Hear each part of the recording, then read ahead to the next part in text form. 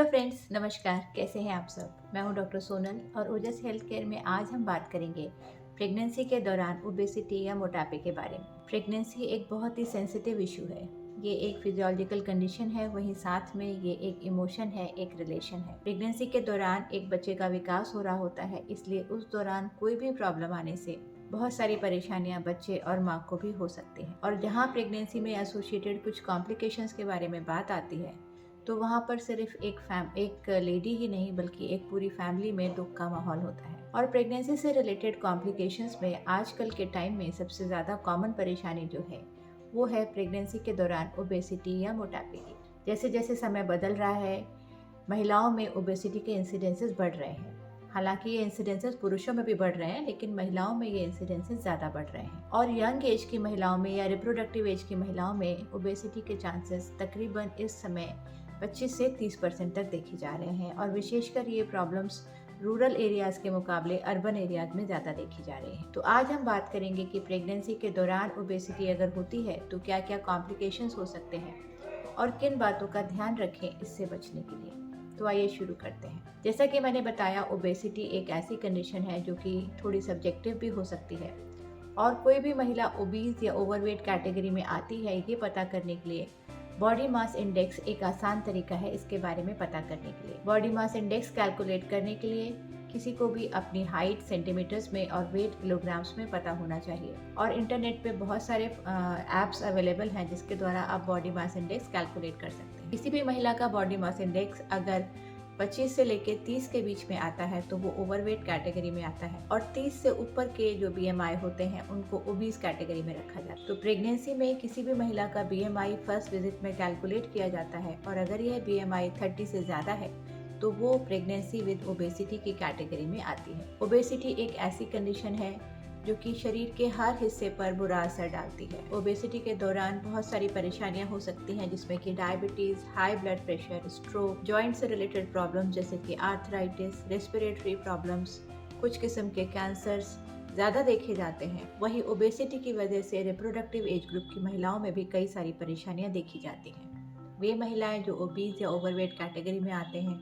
उन्हें प्रेगनेंसी आने में सबसे पहले दिक्कत होती है, यानी कि वे महिलाएं इनफर्टिलिटी की शिकार हो सकती हैं। इसके अलावा अगर कंसेप्शन होता है तो इन महिलाओं में मिसकैरेजेस या अबॉर्शन होने के चांसेस काफ़ी मात्रा में देखे जाते हैं। इसके अलावा प्रेगनेंसी के दौरान हाई ब्लड प्रेशर की परेशानी, gestational diabetes, intrauterine growth retardation यानी कि बच्चे की ग्रोथ को कम होना, प्री टर्म डिलीवरीज ज़्यादा देखी जाती हैं। इन्हीं महिलाओं में डिलीवरीज के दौरान होने वाली कॉम्प्लिकेशन ज़्यादा होती हैं, इंस्ट्रूमेंटल डिलीवरी के चांसेस ज़्यादा होते हैं, सिजेरियन सेक्शन के चांसेस ज़्यादा होते हैं। और सिजेरियन के दौरान भी ऑपरेटिव, पर ऑपरेटिव, एनेस्थीसिया रिलेटेड और पोस्ट ऑपरेटिव कॉम्प्लिकेशन होने के चांसेस नॉर्मल पॉपुलेशन के मुकाबले ज़्यादा हो। इसलिए ओबेसिटी एक ऐसी परेशानी है जिसके बारे में बहुत ज़्यादा सीरियस स्टेप्स लेना बहुत ज़्यादा ज़रूरी है। तो आज हम बात करते हैं कि ओबेसिटी अगर किसी महिला में है या ओवरवेट अगर कोई महिला है और वो अपनी प्रेगनेंसी स्टार्ट करना चाह रहे हैं या फैमिली स्टार्ट करना चाह रहे हैं, तो वो किन 5 स्टेप्स का ध्यान रख सकते हैं।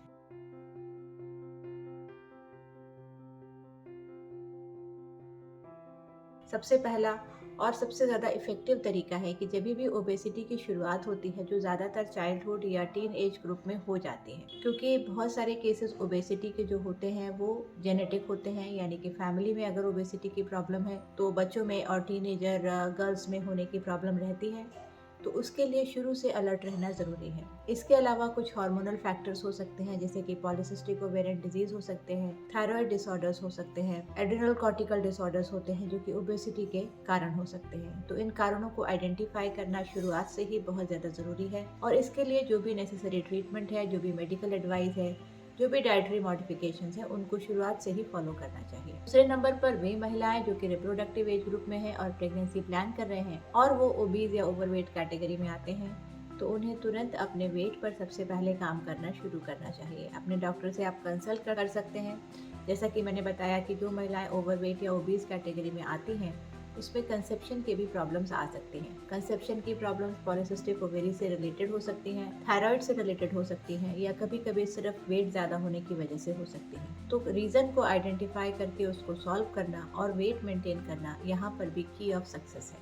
तो इसलिए ओबेसिटी को आइडेंटिफाई करिए और उसके लिए जो भी ट्रीटमेंट है उसको फॉलो करिए। अब अगर कोई महिला प्रेगनेंसी के दौरान ओबीज या ओवरवेट कैटेगरी में आ रही है, ऑलरेडी प्रेग्नेंट है, तो उनको अपने डॉक्टर को रेगुलर चेकअप से ले जाना चाहिए। जो भी ट्रीटमेंट वो बताएं उसको फॉलो करना चाहिए। और यहाँ पर एक और ज़रूरी बात मैं ऐड करना चाहूँगी कि जहाँ पर एक नॉर्मल एवरेज वेट फीमेल में प्रेगनेंसी के दौरान वेट गेन की जो लिमिट है वो 12 से 15 किलोग्राम है, वहीं पर ओबीज फीमेल्स में ये वेट की जो लिमिट है वो कुल 6 से लेके 8 किलोग्राम है। यानी कि ओबीज फीमेल्स में प्रेगनेंसी के दौरान होने वाले वेट गेन को लिमिट करना होता है। फोर्थ पॉइंट यहाँ पर आता है कि वेट गेन को लिमिट करने के लिए क्या करें। वेट गेन को लिमिट करने के लिए डाइट एक बहुत बड़ा टूल है। डाइट को रेगुलेट करके वेट गेन को लिमिट किया जा सकता है। प्रेगनेंसी में ओबीज फीमेल्स को चाहिए कि अपने डाइट को 2 मेजर हिस्सों में डिवाइड कर सकती हैं। वो जो भी मील वो ले रही हैं, शॉर्ट फ्रीक्वेंट मील्स होने चाहिए और हर मील में सैलेड और फ्रूट्स का एक मेजर पोर्शन होना चाहिए। रफली एक गाइड के तौर पर किसी भी मील का 50% हिस्सा उन्हें सैलेड फ्रूट्स से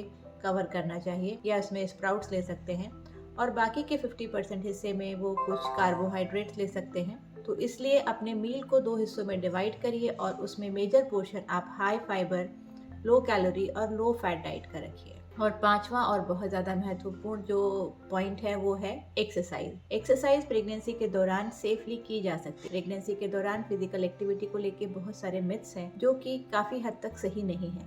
प्रेगनेंसी के दौरान अगर महिला अदरवाइज हेल्दी है तो उसे अपने एक्टिविटी को रेस्ट्रिक्ट करने की कोई ज़रूरत नहीं है। और वहीं पर अगर महिला ओवरवेट है, पीसीओएस की पेशेंट है, या उसको डायबिटीज़ जैसी कुछ परेशानियां हैं, वहाँ पर फिजिकल एक्टिविटी एक तरीके से ट्रीटमेंट का एक पार्ट होता है। तो ऐसी महिलाओं को फिजिकल एक्टिविटी पर विशेष ध्यान देना चाहिए। उन्हें अपनी एक्सरसाइज को बहुत ज़्यादा रेगुलरली करना होता है। पर डे 15 से 20 मिनट की वॉक या ब्रिस्क वॉकिंग वो कर सकती हैं। इसके साथ हल्की फुल्की एरोबिक एक्सरसाइजेस या योगा और प्राणायाम जैसी एक्सरसाइजेस वो कर सकते। तो इसलिए महिलाओं को चाहिए कि अगर वो ओवरवेट या ओबीज कैटेगरी में आ रही हैं तो वो शुरू से अलर्ट रहें। और अगर प्रेगनेंसी के दौरान ये प्रॉब्लम है, वजन ज़्यादा है, तो उसके लिए उन्हें अपने डॉक्टर से रेगुलरली कंसल्ट करना चाहिए। अपने डाइट को बहुत अच्छे से रेगुलेट करना चाहिए और एक्सरसाइज एक बहुत ज़रूरी हिस्सा है किसी भी ओवरवेट या ओबीज कैटेगरी प्रेगनेंसी में। इसलिए जागरूक रहिए, अलर्ट रहिए और हेल्दी रहिए। धन्यवाद।